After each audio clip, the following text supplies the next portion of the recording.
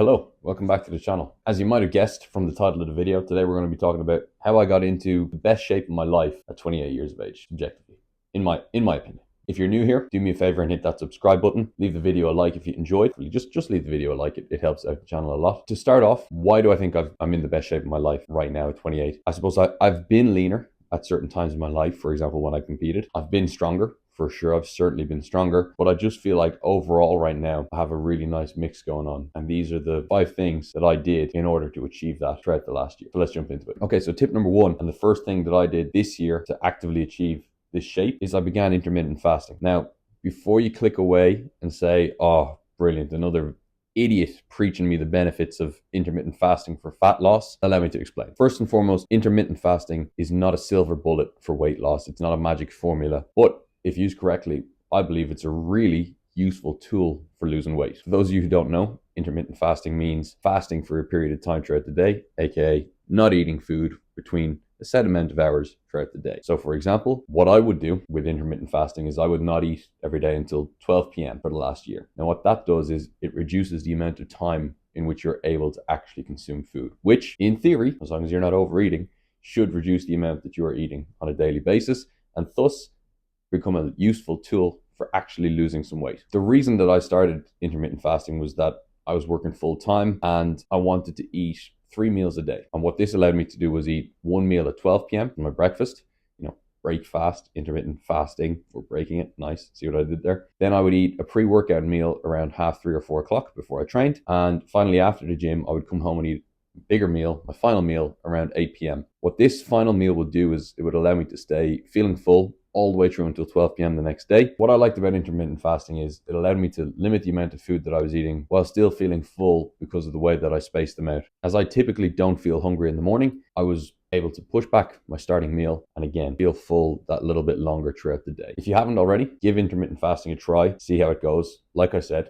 it is not a magic formula for losing weight, but if used correctly, it's certainly a useful tool and one that I used in the last year. The second thing that I did this year was to start having shorter, more intense gym sessions. So like a lot of people who love the gym, when I started out training, I would spend over 2 hours a day in the gym, sometimes even 3. While this isn't necessarily a bad thing, it can quite quickly become redundant and you can actually overtrain. So for those of you who've been watching me a while, you can actually see this in my old videos. The amount of time and the amount of exercises I would do in a given workout was a little bit much. So last year, I made a conscious decision to train for a shorter period of time, typically an hour and 10 or an hour and 20 minutes, but with a lot more intensity. I tracked this through my Apple Watch and through the calories burnt, not because I cared about the actual amount of calories that I was burning during a workout, but because I used it as my barometer for the level of intensity. The more calories I burnt in a shorter amount of time, the more intense the workout was. I found that this helped me a lot because it freed up a lot of time. I wasn't spending as much time in the gym. My workouts became shorter, more intense, better. I was getting better pumps. I felt better. Now, I will say, if you're a powerlifter, if you're actively engaging in strength training, this is not going to be the best method for you. You may need to take prolonged rest periods between your sets if you're going for maximum effort sets. However, for me, who was just trying to build some muscle, trying to get in better shape overall, I found that this was really effective, particularly working full time. If you're somebody who's tighter for time, I would recommend trying to become as intense about your training as possible and having some real controlled aggression while you train so that every set feels important and you're not just going through the motion. The third thing, I can't say it.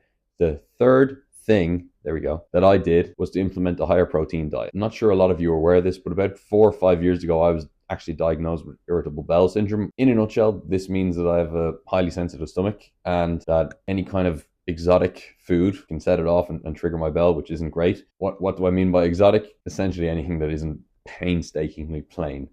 So, fun, huh? Oh, typically you want to eat 1 gram of protein per pound of body weight. So for me, I was looking to get in around 200 grams of protein a day, give or take. Took a lot of experimentation with different foods and to see what my stomach could handle and what I couldn't. But eventually I was able to find that, turkey burgers, lean meats, chicken, all that kind of stuff I was okay with. And then I would supplement my protein intake with specific protein powder that didn't trigger it because generic protein powder can be quite troublesome. And some protein yogurts as well that I found were not too impactful on my stomach. What this allowed me to do was to recover better because protein is there aiding your recovery. If you're somebody who's trying to get into better shape trying to build some muscle, please, for the love of God, eat your protein. We simply can't recover without it, and without recovering properly after the gym, you're not giving your muscles the best chance to grow.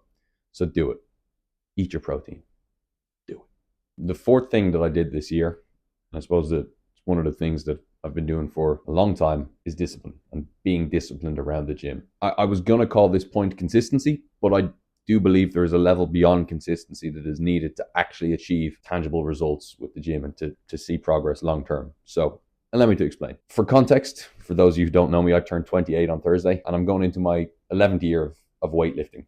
The first 3 years of my training, I was training 7 days a week like a maniac. After that, I realized I needed to take a rest day, reluctantly. So I cut it back to 6 days a week training, and I've been training like that for the last 7 or 8 years now. Quite simply, if you want results in the gym, you have to be disciplined about it. There is no substitute for discipline and for actually showing up. My biggest piece of advice that I could give anybody starting out or anybody who really wants to make a change to their physique is to make going to the gym or whatever form of exercise that you are choosing to take part in part of your daily routine. Build a habit around it.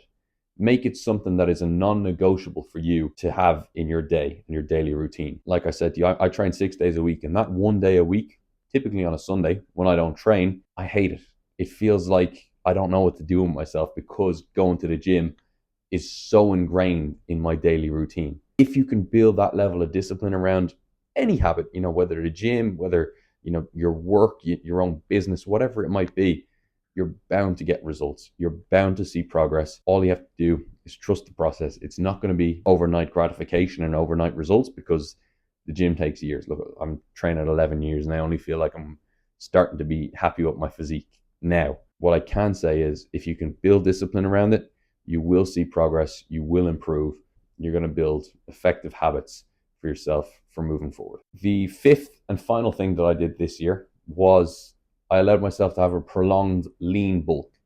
Now, typically, when I've bulked in the past, I've done it a little bit dirty. I mean, you guys might remember some of the eating challenges I did. I was well known for enjoying a full packet of Oreos every night before bed, which, not healthy for anybody. So in order to gain muscle, you need to be in a caloric surplus. Unless you're literally brand new to the gym and can capitalize on beginner gains, which should not be taken for granted and you should really enjoy while they last. In order to gain enough muscle to make enough of a difference to be noticeable to your physique, you need to allow yourself time on a bulk in a caloric surplus. This is what I did after coming back from holidays last year, where I'd cut down. I knew I was going to be going away again this summer. That's just gone. So I said, right, I'm going to give myself time. I'm going to bulk up over time, but in a lean way that I haven't done previously. Unlike previous bulks, I didn't go crazy eating chocolate or Oreos every night. I did it much cleaner, and I allowed myself one cheat day or one slight blowout day every Sunday. Typically when I was watching the NFL on the couch, I could eat what I wanted. This resulted in my body composition really improving for the better over the course of the year, and that when I cut down, I felt like I'd really made a tangible difference to my physique, even in my 10th year of training. Again, this required discipline, guys. It required 6 days of training a week. It required training with intensity in shorter gym sessions. It was an amalgamation of a number of small choices and factors made by me throughout the year. There are also several other things that I didn't go into in this video that, went into this too, but we don't have time to discuss them and we wanted to keep it concise with 5 kind of tips. So if you were to start implementing these 5 tips into your gym routine, I guarantee you will see progress over the course of a year and beyond. If you like this video and you like the sound of the tips that I was offering here, I am now offering online coaching. If you're interested, please click on the first link in my bio and fill out my application form. I'd love to help you to achieve these goals with this kind of simplified approach to it. I like to think that weight loss, muscle building, a lot of people overcomplicate it online. It's quite simple when you get to its core, and I'd like to think I take a quite simplified approach to it. But these were the 5 things that I did this year that got me in the best shape of my life, in my opinion. If you enjoyed the video, be sure to leave it a like, drop a comment if you agree, or if you disagree. I'd love to see some healthy debate in the comments, always welcome. As I mentioned at the start, subscribe if you're new, plenty more content coming. Move into my new apartment on Thursday with the guys, so we will do a full apartment tour and everything like that in Sydney. And let me know as well, I was actually thinking about doing a cost breakdown video of Sydney versus Dublin. cost of living, etc. Let me know if that'd be something that you're interested in, as I have experience now living in both. I'll be here a month on Thursday. Thanks very much for watching, and I will see you all very soon. Peace.